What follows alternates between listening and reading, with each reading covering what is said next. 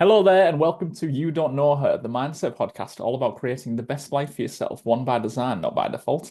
And I'm absolutely delighted to announce today's guest. It's if you've been following the channel, you may have seen I've recently uploaded with a fantastic filmmaker called Lola Louise, and this is the other half of Visionette Media and the Double L show. It's the other L from the Double L. It's Lee McShane. How are you doing, Lee?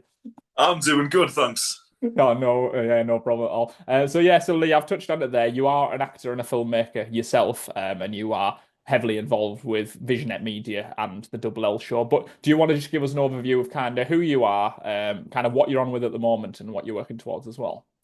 Well, hello, I'm Lee, as introduced. I'm an actor, writer, filmmaker, stand-up comedian as well.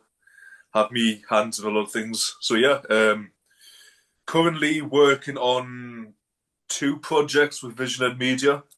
Excited to try and film one of them in January, hopefully. Um, there's also an event we're trying to do. I'm not gonna. It's still in the works, so I can't really say anything. Mm. Push, But push. what I will say is that in December, I'm hoping to do a fundraiser, which uh, I need a sketch set up, need to get all the details sorted. But Mm. what it's going to be is to raise money for FND awareness. Mm. I'm going to shave my head, Oh wow! Oh amazing! and on top of it, I'm going to add a little perk of anytime someone donates like £10 or £20, Yeah. a wax strip wax me leg with it. Oh amazing! Oh, it's like the 40-year-old virgin kind of situation. Oh god, yeah. It's going to be painful, but I hope are you recording that? Are you going to be It's going to be streaming? a live stream, I think. Yeah, yeah, that's amazing. Yeah, I was chatting to Lola about kind of budgeting in the Northeast, and it actually surprised me when she was saying that she's secured some funding for projects in the past and things like that. Because I got the impression that it was a bit of a struggle in the Northeast to get projects underway and up and running. So, what's kind of your view on that, on kind of fundraising and money generation?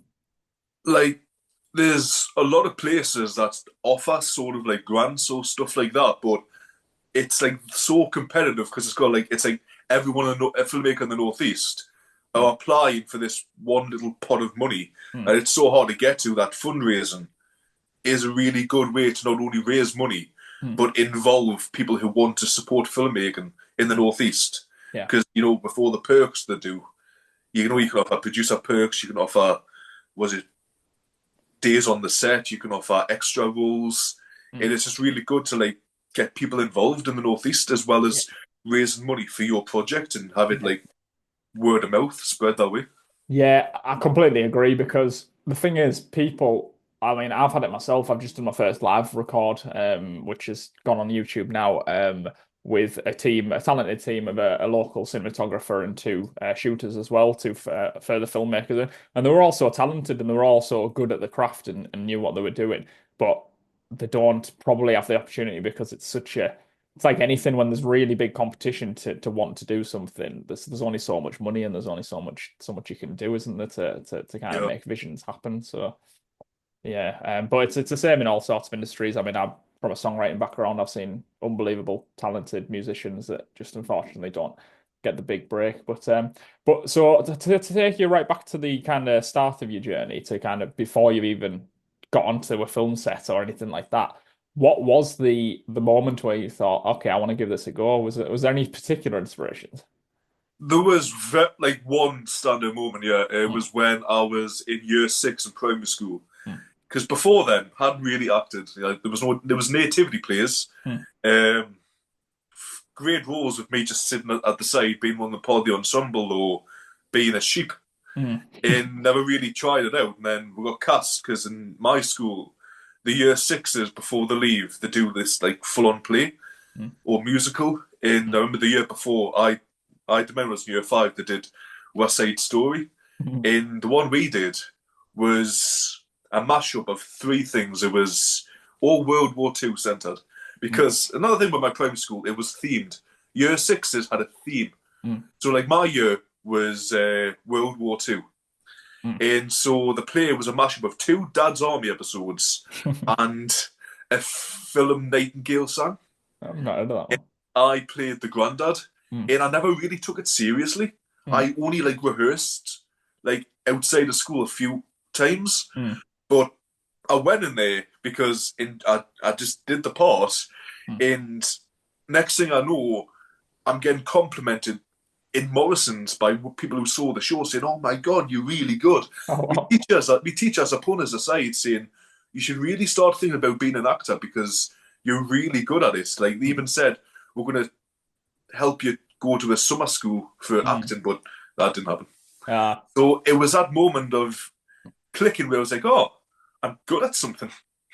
Yeah, it's amazing to hear. We've spoken about this with probably all of my guests, the fact that they've all got their own niche and they all know what they're good at and they all are now pursuing that. And it's not, there's some that are musicians, there's some that are Twitch streamers and things like that. It's completely different things. But it's funny you should mention a play actually, because I was in school doing a year six production of Robin Hood, I think it was, and my friend was cast in the Band of Merry Men. He was one of the main, ensemble, but he had two lines. That's all he had in the entire play. And then my other friend was cast as Villager One, and he had 11 lines. And he rubbed it in my mate's face, going, "Well," and he's like, "Well," he's like, "I'm in the Merry Men." And I'm like, "Oh, I've got more than 5 times as many lines as you, or something like that." So Yeah, yeah, theaters like that. It's crazy. yeah, yeah, it's ridiculous, isn't it? But like you say, it's good that you've had that validation that someone said to you. Well, first of all, that someone said to you, "I liked that," and then the second thing is that your mind's let you go, "Okay, I believe that," because I think that's been my issue when I was younger. People told me I should pursue acting, and I just didn't think it was for me because I was drawn heavily by American sitcoms growing up, things like That 70s Show, Malcolm in the Middle, Friends, whatever it may be. And I always looked at it and thought, I can't do it because I'm not American, like I'm not, and that was the thing for me. Yeah. But for you, was it a case of I've heard this and I think, well, I love this feedback so much, I want more of this? Was that the thing you were chasing? Yeah, it was. It was. I liked the sort of like I know in a way it was the attention I got. Mm, It mm, was this was nice, but then it was how much I enjoyed rehearsing, how much being on the stage actually felt normal, and mm, it felt like I want to do this again. It was mm, like the adrenaline rush in the sense. yeah. Yeah, so it's the enjoyment of the process as well as much as the result. That's really important, I think, because if you get so focused. I think there's so many examples of people in the celebrity world as well that seem so driven by an end result to not kind of sit and enjoy kind of what they're doing, and they just keep sometimes seem frustrated and like annoyed by the whole process of So having to yeah, go up and accept an Oscar or something, for best actor. Oh, it's really wasting my time. This one I could be, making more, another Academy Award? Are you kidding me? I've got plenty of them. I'll just send an associate. I'll send a member of my family to go and accept this award. I don't need to be there myself. But no, it's beautiful to hear about that, about the journey you've been on. So that's the start then. That's where we're right at the start. That's we're primary school. So now we're going into secondary school, are we? Are we still doing plays in secondary school? What's that looking like? Oh yeah, funny enough, it's because like I nearly quit in secondary school. Hmm. So I did all the plays apart from one because I think I was ill on the audition, so I Okay. couldn't do it. Yeah. I did every single play, and it was in year seven. Hmm. I got cast as the lead role in Weird Sisters, Hmm. and I know it was sort of more intense than it was in primary school because obviously they Yeah. take it serious, and I kind of didn't enjoy it as much. And I said I'm going to drop out, but had a talk with the director who was my English teacher, and he was like, "Why are you feeling this way? What's different?" And I told him, and he was like, "Oh, understandable." He talked us through it, helped us, and yeah, I went on, continued it. I joined Starset Theatre, Hmm. which was located in Borden, Hmm. because I wanted to sort of do it outside, and it was. I never really bothered us. It was like doing one a year. I was like, "Oh, that's completely fine." But it was like in 2011 after we did the Machine Gunners, and I was Sergeant Green in that, which was honestly one of the best roles I've ever had. Hmm. I remember waking up thinking, I need to wait another year to do this. Like, I really want to do another one. Hmm. And so then I joined my first sort of drama group after Hmm. that, Starset Theatre. Oh, amazing. Yeah. Yeah. And that's it's all kind of grown from there. So then obviously beyond there, did you go to college? Did you pursue kind of drama at college? Went to Gateshead College and did the 2 year acting course. Acting course, yeah, and did that really push it even further again, being around people more like-minded? Yeah, it was. I thought it would be like the sort of because I dropped out of sixth form where I Mm. was doing performance. You couldn't just do performing arts. You had to do all that classes. I was doing Yeah, this philosophy and ethics, yeah, and I only really enjoyed performing arts. yeah. And so I dropped out, went to college, and doing that every single day because one of my teachers, I remember this even stuck to us even now when I was like failing the other classes in sixth form. He says you can't do what you want all the Mm. time. And I Mm. was like, I want to prove you wrong. I want to Mm. don't do what I want all the time. I Yeah, want to do something I enjoy all the time. yeah. And so I went to college. And yeah, just having a laugh every single day, but learning Mm. from all the lecturers and actually doing stuff Mm. was very helpful into realizing, oh yeah, acting isn't just, oh, you need to learn the lines, you need to perform. It's all like went all in depth about sort of method, everything that there is to acting. Yeah. Yeah. It's very interesting what you say there about that chat you had with the guy saying you can't always do what you want. It's like a Rolling Stones song, isn't it? You can't always get you what you want. But I had the exact same thing. I've never really until now, until what I'm doing now, I've never really known what I wanted to do in life.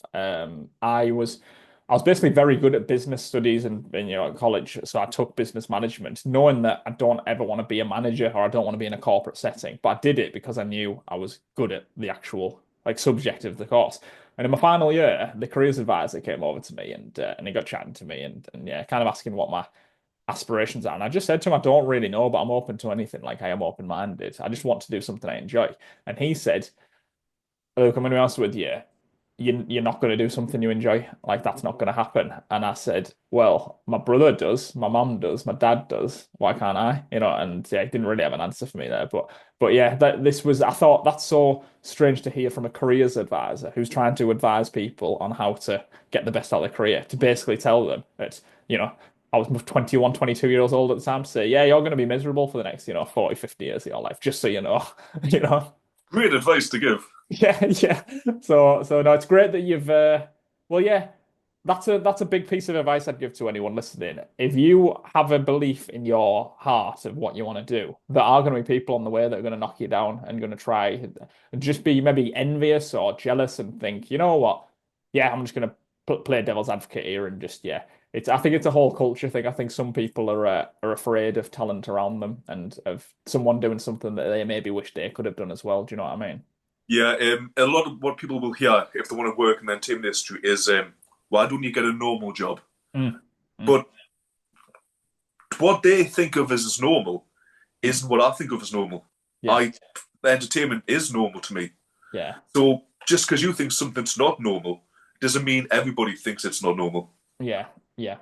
Agreed, agreed. There's a Jimmy Carr joke. He says, "I'm going to tell you what I tell everyone with a performing arts degree: two sugars, please." Like, That's a good one.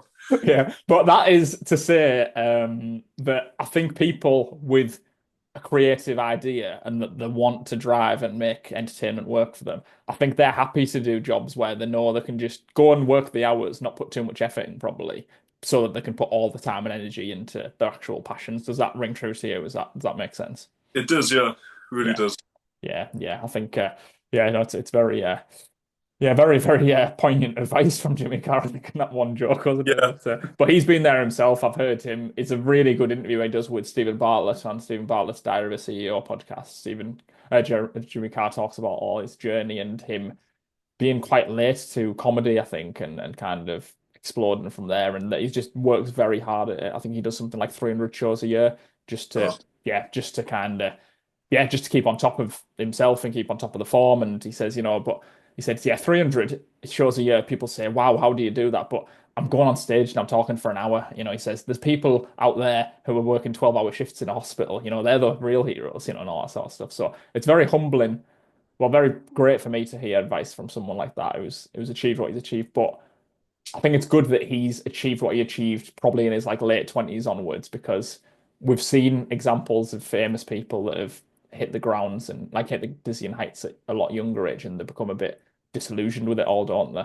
Yeah. and they think this is normal life because that's all they've known. So there's no like thing to compare it against, is there? Yeah, I've seen people who have sort of found success like in the teenage years and have quit right when they got to the 20s because it can be overwhelming Hmm. in to be chucked in that into the deep end really. Hmm. It is it's sink or swim, and unfortunately a lot of people do sink and just give up. Yeah, yeah, But yeah. another thing about that is it doesn't matter like how old you are. If you want to do something. Hmm. Like this I remember reading about this one actress, I can't remember her name, but she lived her entire life doing a normal job, married and everything. Hmm. But when she got to like 80 years old, Hmm. she was like, I want to try something adventurous. Hmm. Started going to acting classes, Hmm. and then got cast in a sitcom and became a household name. Oh wow. That's yeah, unbelievable. There's so many stories like that. I mean, not to that extent I can think of like an 80-year-old, but people like Ridley Scott was 40 when Alien came out, and Harrison Ford I think was 40, wasn't he, when he was cast Yeah, as Han Solo, was it? Was his first breakthrough. But yeah, there's so many examples of yeah, I think just kind of follow your belief, and there's you might know actually, I forgot her name, but she's an actress who's got the record for most Oscars in the UK, like most Oscars with the British, but it's a really old actress, like from years ago. And basically, what she did was, I think she won, was it like 2 or 4 Oscars, however many it was, and then she retired from acting and she became a politician, which is, do you know I what know I mean? who you're on about. I Yeah, can yeah, the name goes away, but I yeah. know what you're on You about. know, yeah, I'll put the name in the description below because it's gonna annoy me that it's gonna, but I'll Google that straight after this. But yeah, so that's again, it comes down to perspective and perception because a lot of people would look at acting, maybe even politicians and very successful politicians would look at acting and go, that looks great, that looks a lot of fun. Whereas obviously she was of the opinion, I want to make a difference. I want to use my platform now that I'm a known actress and transition into trying to make a difference in the political world. Yeah, Yeah. and I Uh, think she even returned to acting for like a few years before she died. no, is she? Yeah. Oh, Uh, yeah. You she never was lose it. what was it, King Lear? I think she was in Hmm? the National Theatre back Yeah. like 2018. I remember seeing. Oh, well.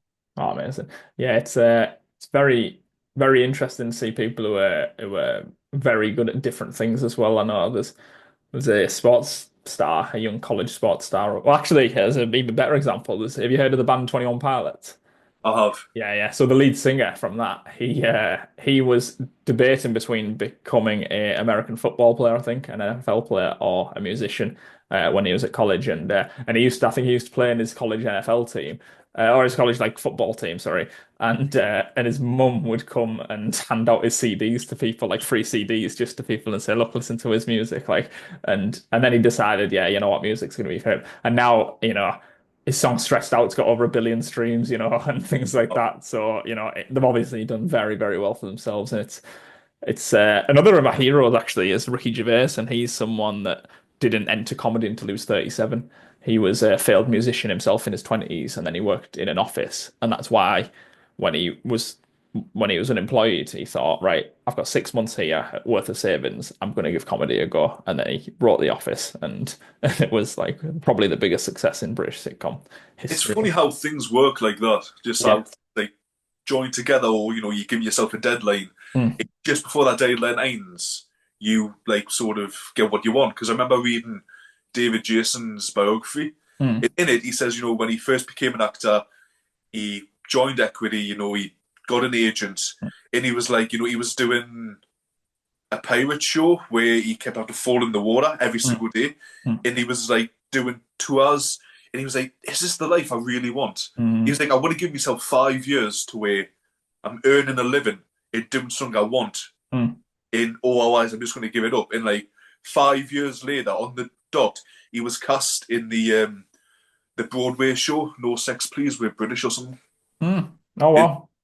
So yeah, yeah, so he's manifested that, hasn't he? He's and thought, exactly 5 years to the day where yeah, because I'm going to give it 5 years. His name was in, on the board, David yeah, Jason, yeah, on a West End show, and it yeah. was dream come true. He says, Yeah, I think it's so important to set goals and visions. And I actually really recommend to anyone to have your own vision board, to have a piece of paper or anything to just write down your goals and date it as well. Say, I want to achieve this by this. And you know, yeah, just shoot for whatever you think could be, because I've talked about it before on the podcast. I think I spoke about it with Lola, but Jim Carrey set himself a target of being a millionaire by 1994, and in that year was his breakthrough films, Ace Ventura, Liar Liar, and Dumb and Dumber, I think, are three huge films that really broke him onto the like acting scene. And you think, wow, like the fact he said 1994 and the fact that it's all happened in that year, Oh it's yeah, it's wow, really like interesting to see like how things play out like that. yeah. But it's the mindset. If you work towards it, you have that positive mindset, Mm. you will find out, things do happen for you. Yeah, yeah, yeah. It's beautiful to see. But I can't believe we're here already, Lee. But 20 minutes already. that is our time. Yeah, that is 20 minutes. But we've got plenty to talk about. So yeah, we'll definitely catch up another time. But yeah, I do really appreciate your time today. And my final question to you is, where can the people find you if they do want to follow you and connect with you?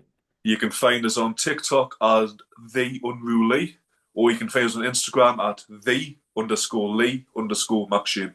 Amazing, perfect. I'll drop all that in my description box as well, Lee, so people can Awesome. just click there and go for there. But yeah, take care. Good to see you, man.